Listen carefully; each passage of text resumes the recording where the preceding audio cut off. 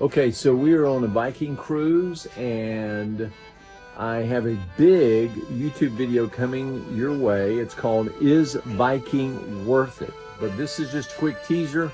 Check it out. Well, Miss Wendy, let's take a look at the room. Show everybody what we got, what you can get. So this is called an Explorer Suite. And honestly, we like the space.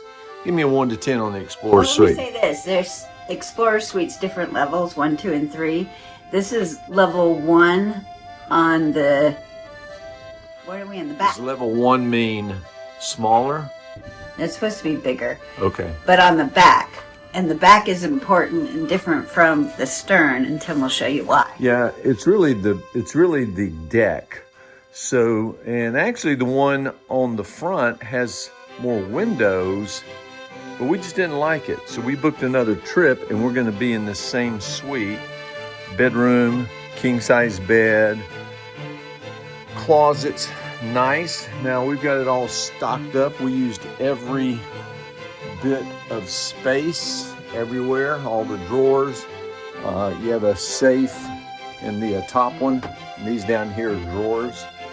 And the bathrooms are super nice. It's all stocked. You can see how junky it might get once you put all your stuff in. But you do have 4 drawers here, which is nice.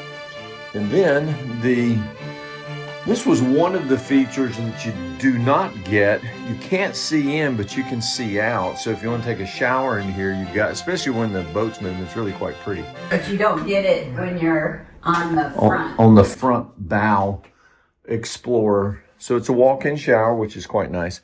And then, and you can see we're using every cubby.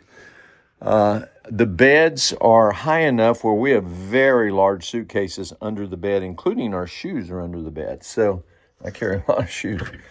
So the deck is plenty large.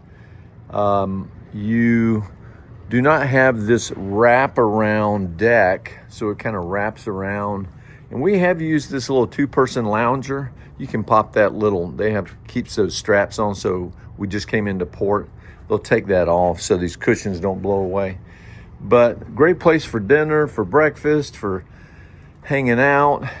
This is what you do not get. Now you get the loungers on the front Explorer, but you just don't have the extra space, and you do not have this wraparound, and that's the bathroom window, and you do not have that on the bow. You do on the aft. Okay, so now we're outside. It gets a little busier. People evidently like being outside. And, you know, nothing against people that have aged. I'm one of them. But a lot of people on the Viking tours are probably not 25. So one nice thing about the ship is there are food grills and restaurants pretty much everywhere, on every level, anywhere you go. When they have these areas that you sit, they're just a little more luxury, seem to be a little more, you know, like a hotel. So like here's another area. It's just a kind of a quiet spot that's on top. It's just sort of isolated and quiet. And then of course you gotta have the row of lounges. I guess you can't have a Viking tour unless you got a shuffleboard game. So they have minimal games and outdoor things like this little putt-putt course, more lounge areas.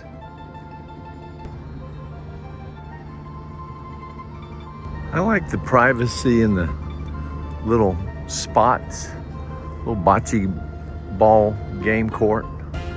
That's what I like. They divide it up for just a lot of different ways to have little communities within the ship, but still quiet enough to have a conversation and visit. A lot of different libraries. I don't know if you'd read the books or not, but it's still, there's no one in here, and this ship is now full. So all the restrooms are clean, neat, kind of country club spa-like. And then the piano guys move around. They have pianos everywhere, bars everywhere. Again, all the drinks are included. Mixed drinks, wine, whatever. Then I'll take you up on the upper deck. One of the upper decks. They call it the Explorer's Dome. It's well done. It's very clean. Nothing's marred and worn.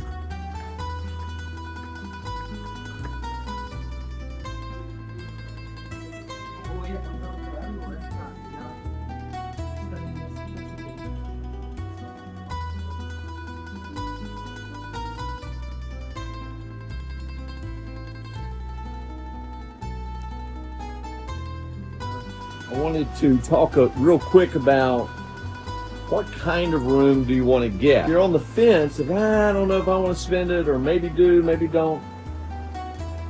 You have to look at the entire trip. If you're not going to be on the deck and in your room, and the larger deck is the place to be, like have breakfast out here, maybe have dinner out here. But the other areas of the ship are very comfortable, very pretty. You got people waiting on you. Of course, you have room service here. They're waiting on you. I think our attitude is, you know, if the budget's not that big of a deal, go for the luxury, go for the space, and just do it anyway. So that's my take on it. There you have it. I hope this has been informative. We have pulled off from Split, Croatia today. And look, there's Wendy. So, Wendy, 1 to 10, Viking so far, what would you give it? Viking, I would give it 10. All right. So, we have a lot more to show you. We're going to show you, should you do the excursions, tipping, eating, restaurants, etc. We're going to give you a lot of detail that I think might help you make a decision. Is Viking worth it? In the meantime, Happy trip. happy trails, guys.